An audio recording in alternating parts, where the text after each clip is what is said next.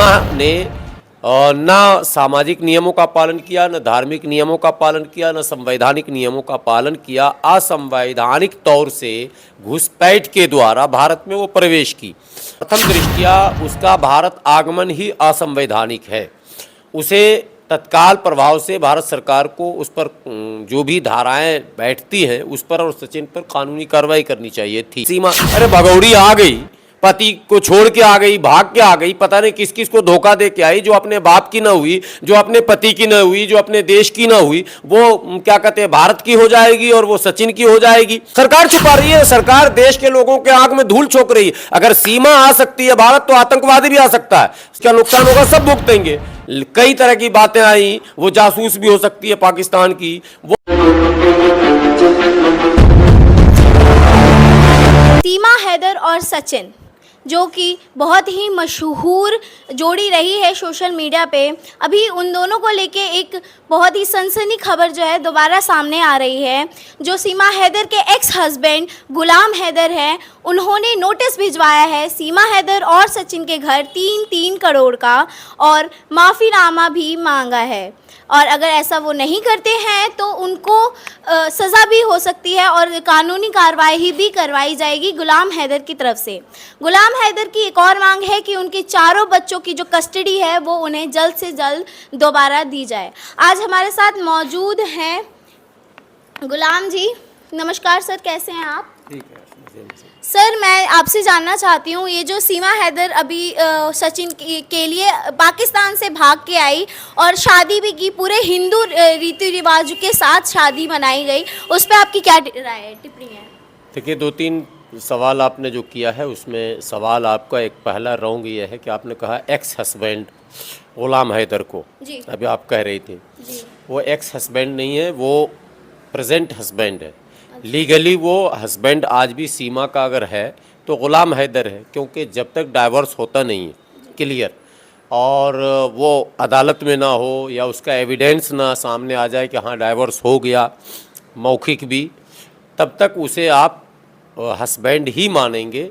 ये अलग बात है कि सीमा उसके बाद भी चली आई, बच्चों को भी लेके चली आई। जब आई थी तभी बवाल हुआ था, बवंडर हुआ था। पर सीमा मना कर रही है, सीमा बोलती है कि मैं अब गुलाम हैदर को अपना पति नहीं मानती हूँ। नहीं मानो, कौन तुमसे मनवा रहा, लेकिन तुम्हें जब आना ही था छोड़कर तो तुम्हें पहले उस जो लीगल प्रोसीजर है वाइफ हस्बैंड के संबंध को विच्छेद करने से पहले धार्मिक नियम भी हैं और संवैधानिक नियम भी हैं।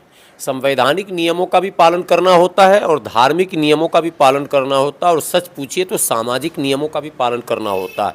सीमा ने न सामाजिक नियमों का पालन किया, न धार्मिक नियमों का पालन किया, न संवैधानिक नियमों का पालन किया। असंवैधानिक तौर से घुसपैठ के द्वारा भारत में वो प्रवेश की, और सचिन जैसा व्यक्ति कानून की आंख में धूल झोंककर नेपाल से उसको लेकर आया। तो पहले प्रथम दृष्टया उसका भारत आगमन ही असंवैधानिक है। उसे तत्काल प्रभाव से भारत सरकार को उस पर जो भी धाराएं बैठती हैं उस पर और सचिन पर कानूनी कार्रवाई करनी चाहिए थी। लेकिन भारत की अपनी एक मजबूरी है, यहाँ अंधभक्तों की एक बड़ी फौज रहती है। उनको ये लगा कि पाकिस्तान से हमने दुल्हनिया लाया, भाई क्या कहने। और यही मतलब शोहरत भी यही मिली, यही प्रचार भी किया गया कि सचिन ने तो किसके द्वारा किया गया प्रचार? एक तंत्र है भारत में, अंधभक्तों को कहेंगे, जाहिलों की फौज कहेंगे।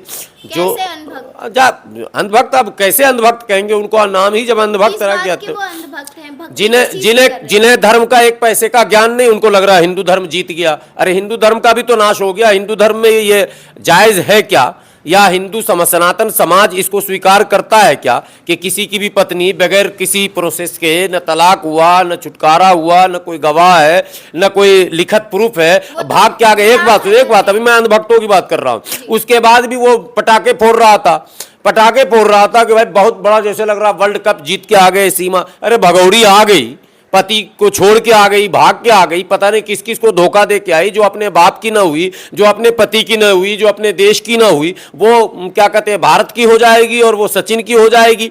तो सचिन तो बेचारा 300 ग्राम था, वो मान लो, उसको तो लगा के चलो इसी बहाने हमको गली का कोई कुत्ता भी नहीं जानता था, पूरा भारत जान गया, उसके लिए तो बड़ी बात है। लेकिन देश के लिए खतरा है, समाज के लिए एक गलत परंपरा का एक माने शुरुआत हो गया।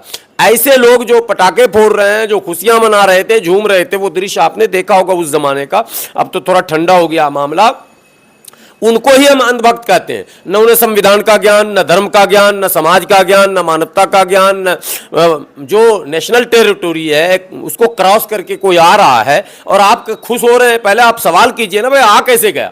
इसका मतलब आतंकवादी भी आ सकता है जब छानबीन जांच पड़ताल सब बिठाई गई थी सीमा हैदर और सचिन को लेके, तो और उसमें भी पाया गया कि सीमा हैदर ने कोई भी तरह का मतलब वो जो टेस्ट है उसमें वो ऐसा फेल नहीं हुई। नहीं, बिल्कुल मैं नहीं मानता, मैं नहीं मानता। तो क्या सरकार कुछ छुपा रही है? सरकार छुपा रही है। सरकार देश के लोगों के आंख में धूल झोंक रही है। अगर सीमा आ सकती है भारत, तो आतंकवादी भी आ सकता है। सीमा अगर लीगल आई थी तो इसको नेपाल से लेने क्यों गया था? लीगल तो उड़ान से आता। लोग किसी भी देश से छुपते छुपते कई कंट्री होके लौटना, पाकिस्तान से नेपाल जाना, ही तो आतंकवादी का रास्ता है। नेपाल में भारत के कई आतंकवादी पकड़े गए जो पाकिस्तान भागने के फिराक में रहते हैं।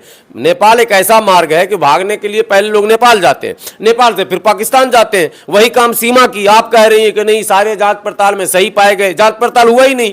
अंधभक्तों के दबाव में सरकार ने कहा यार मेरा वोटर है, उनके वोटर जाहिल वोटर है। अभी मौजूदा सरकार के 80% वोटर जो हैं उन्हें न धर्म का ज्ञान है, न देश का ज्ञान है, न समाज का ज्ञान। बस उन्हें एक ही चीज लगता है, मुसलमान लड़की थी वो। किस तर्क पे बोल रहे हैं कि ज्ञान नहीं है? न, इसी तर्क पर कह रहे हैं जिस तर्क पर सब लोग जश्न मना रहे हैं, उसी तर्क पर मैं कह रहा हूं कि ये जश्न मनाने का तर्क नहीं था। ये सवाल खड़े करने का समय था कि भाई आखिर 4 बच्चों को लेकर एक महिला पाकिस्तान से कई देश की सीमाओं को तोड़ते हुए भारत आ कैसे गई? इस सवाल पर कभी कोई जवाब। ये तो पुलवामा वाला मामला हो गया कि हमारी सेनाएं शहीद कैसे हो गई, नहीं देंगे जवाब जी। तो वही बात है, सीमा आ कैसे गए, नहीं देंगे जवाब जी।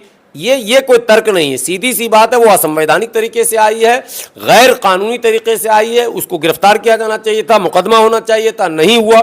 अब लोग खुशी मना रहे हैं, मनाए भाई। देश देर सवेर नुकसान होगा तो सारे लोग उसको भुगतेंगे, हम अकेले तो नहीं भुगतेंगे। देश का नुकसान होगा सब भुगतेंगे। कई तरह की बातें आई, वो जासूस भी हो सकती है पाकिस्तान की, वो बहुत सारी बातें हो सकती हैं। इतने समय से सीमा हैदर जो है यहाँ पे रह रही है और घुल मिल गई है हमारी संस्कृति के साथ भी, उसके बावजूद भी आप आ गए लाइन पर संस्कृति। असल में वो सनातन धर्म अपना ली तो यहाँ के अंधभक्त खुश हो गए। मंगलसूत्र जो है वो सनातन धर्म की पहचान है। जब कोई हिंदू इस्लाम अपनाता है तो क्या इस्लामिक लोगों को खुशी नहीं होती? अपनाता, अगर अपनाता है तो हम लोग, जैसे अंजू गई, मैंने पाकिस्तान के सारे मौलवियों को 1000 गाली बक्की कि अंजू को उसने कह दिया कि शादी कर लिया। कैसे कर लिया यार? अंजू को जब तलाक ही नहीं हुआ तो तू शादी कैसे कर लिया और तूने नाम कैसे रख लिया उसका? तो वो इतने टाइम से सीमा हैदर यहाँ रह रही है, अगर कुछ जासूस होती तो उसके पीछे जो इतनी सारी छानबीन बिठाई गई थी वो भी तो सामने कितने साल से पाकिस्तान में रह रहा? तो आप मान गए कि दाऊद इब्राहिम सही है? पाकिस्तान ने तो रख रखा उसको, मेहमान बना के रख रखा, दामाद बना के रख रखा। ये कोई तरीका है क्या सवाल का? आप समझिए पहले, कोई भी ये तर्क देता है, ये तर्क में दम नहीं है। घटना कभी भी घटती है, कह के नहीं आते, मुसीबत कह के नहीं आता। अभी धूप है, अभी बारिश हो जाएगी, ये प्रकृति का नियम है। मैं जो कहता हूं, मैं किसी से डर के नहीं कहता हूं कि एजेंसियां क्या समझेंगी, सरकार क्या समझे। समझे तो समझे, मैं तो देश की बात कर रहा हूं। दाऊद इब्राहिम गैर कानूनी ढंग से भारत का एक मोस्ट वांटेड अपराधी पाकिस्तान में मजे में रह रहा। पाकिस्तानियों से पूछिए तो बोलेगा वो तो इतने सालों से रह रहा। अबे चाहे 50 साल से रहे, उससे क्या मतलब? गलत तो गलत है, सही तो सही है। इसका आना गलत, इसका रहना गलत, इसकी शादी गलत, इसकी तमाम बात गलत। गलत को हमेशा गलत कहना। अब वो सनातन धर्म को स्वीकार कर ली, यहाँ की संस्कृति में रम बस गई।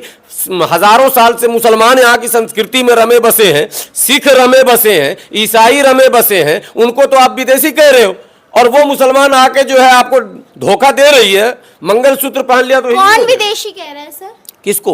जो वही अंधभक्तों की टोली जो सीमा को अपने राष्ट्रीय भौजाई मान रहे हैं, जो लोग, वही लोग मुसलमानों के खिलाफ में टिप्पणी करते हैं। वही लोग, एक टीम है, एक गिरोह है। इस देश में, और वो गिरोह जब तक पढ़ेगा ना उसको मोदी जी पढ़ने भी नहीं देंगे। वैसी टीम को इन लोग स्कूल से दूर रखना चाहते हैं। व्हाट्सएप यूनिवर्सिटी में उनका एडमिशन होता है ताकि वहीं से पढ़ें और वहीं से आगे बढ़ें, तो वही हो रहा है यहाँ। इसलिए सीमा के विषय में अभी टीवी चैनल, आप कह रहे हैं अंधभक्त, TV channel, mainstream media की बात कर रहा हूं, तमाम चैनलों में सीए लागू हुआ। अब एकदम सिंपल सी बात कर रहा हूं, अगर पढ़े लिखे लोग होंगे, अगर कमेंट में मुझे गाली भी देना होगा तो मेरी बात पहले सुन लेना तब देना। सीए लागू हुआ।